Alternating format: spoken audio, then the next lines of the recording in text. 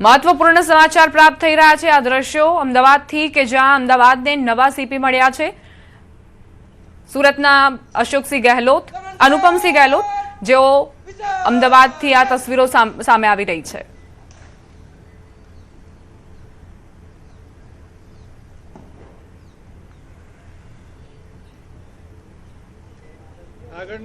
વિધિવત રીતે અનુપમસિંહ ગેહલોતે ચાર્જ લીધો છે। પોલીસ કમિશનર તરીકેની ફરજો હવે તેઓ અદા કરશે। અમદાવાદના પોલીસ કમિશનર તરીકેની ફરજો અદા કરશે। 1997ની બેચના આઈપીએસ અધિકારી છે અનુપમસિંહ ગેહલોત। પહેલા સુરતનો ચાર્જ તેમના શિરે હતો અને હવે અમદાવાદની જવાબદારી તેમના શિરે આપવામાં આવી છે।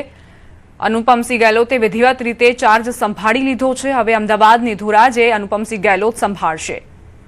અમદાવાદને નવા સીપી મળી ચૂક્યા છે કેમ કે જીએસ મલિક તેઓ ડીજીપીની માતા જ અમદાવાદનો વધારાનો ચાર્જ તેમના હવાલે હતો, પરંતુ હવે અમદાવાદને અનુપમસિંહ ગેહલોત મળ્યા છે। નવા સીપી તરીકે તેમની નિમણૂક થઈ ચૂકી છે। ચાર્જ પણ તેમણે ગ્રહણ કરી લીધો છે। તમામ જે પોલીસના અધિકારીઓ છે, શુભેચ્છા મુલાકાત તેમની સાથે આગળ કરતા તેઓ આગળ વધ્યા છે।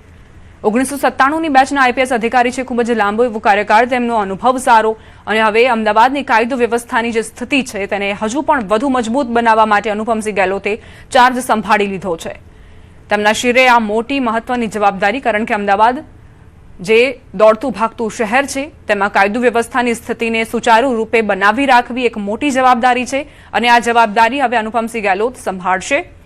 અનુપમસિંહ ગેહલોતે ચાર્જ લીધો તેની તસવીરો પણ સામે આવી છે।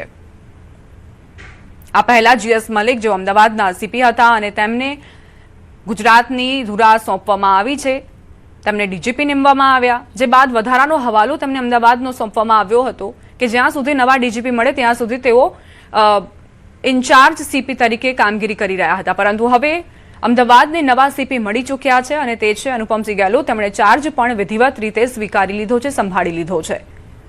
આ તસવીરો આવી કઈ રીતે અનુપમસિંહ ગેહલોતે વિધિવત રીતે આ ચાર્જ સ્વીકાર્યો।